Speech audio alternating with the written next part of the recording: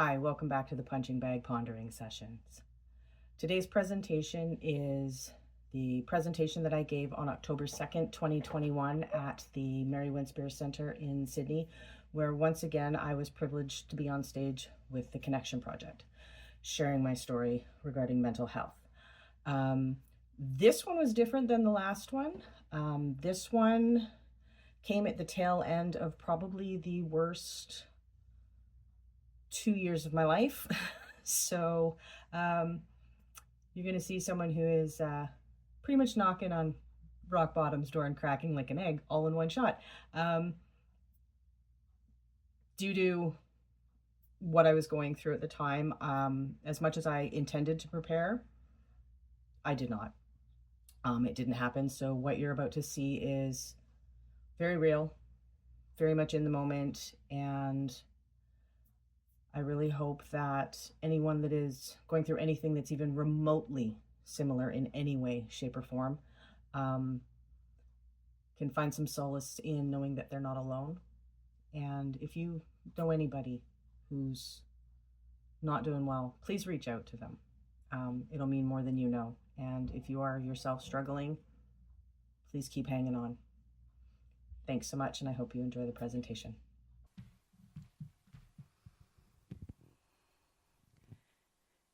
Every time I cry, a little piece of my sanity drips away with each tear. I have cried so many tears, it's amazing there's anything left.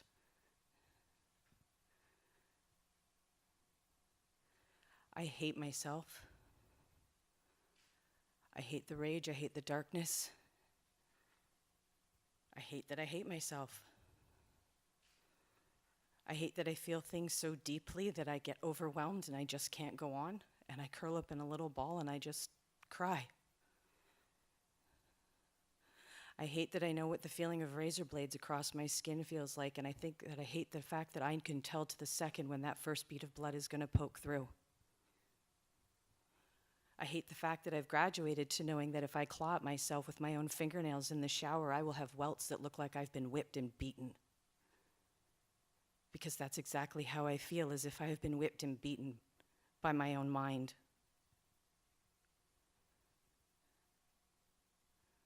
I hate the fact that when I close my eyes, I see a monster, and the monster looking back is me. I hate that the voices in my head tell me I'm useless, tell me I'm a failure, tell me I'm a no good mother, tell me I'm a lousy employee, I'm lazy, and I'm taking advantage of sick days.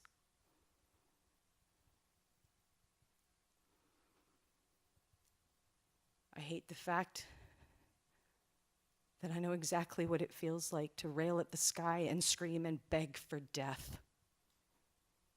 And to want that release, to not want to go on, to just want everything to stop.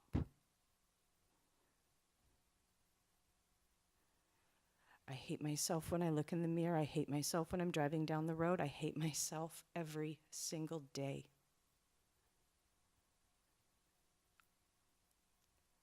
So what do I do? When all around me are moments and reasons for me to leave, how do I stay? What do I need? What do I do? What can I give myself? Because nobody else can give it to me. I have to do it for myself. So I find one reason every single day, just one. It doesn't even have to be a big one. Yesterday it was a chocolate-covered almond. I hate the fact that there is nothing on this earth that made me want to actually be here tonight, and I hate the fact that I needed to be here and I wanted to be here, and it is very important that I am here, but yet I still didn't want to be here. I hate the fact that nobody knows the truth about what I go through every single day, the pain that I live in, the pain in my mind, and how much I hate myself. I've never told anyone the truth. No one could handle the truth. That's what I've told myself. No one could handle it. No one would be there. They would run screaming the way that I want to run screaming from the room right now. The way that I want to run screaming from the world every single day, because I hate myself.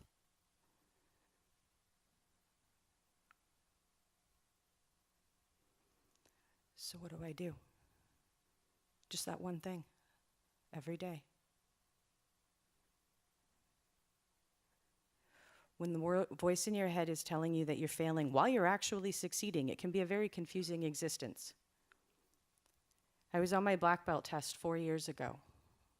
I had waited 10 years to take this test. I had taken the test injured. I had Achilles tendinosis in both ankles. I could barely walk, but I was going to do an 18-hour black belt test. We went hard for 6 hours, we rested for 6, and then we went hard for 6 more.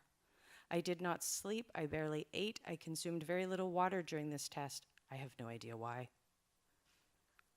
The whole time I'm doing this test, the voice in my head is telling me that I'm going to fail, I'm not going to get my black belt, I am not good enough.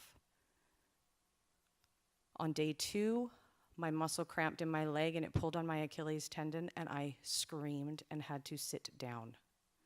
My sensei comes over to me and he tells me, "You've done enough. You have done enough." This is the man who has taken me from white belt all the way through to my black belt, and he is telling me I have done enough, and I did not need to get back up. I got back up, and I went back out on that floor, and I finished that test. And I limped up, and I got my black belt tied on that day. I had accomplished the goal.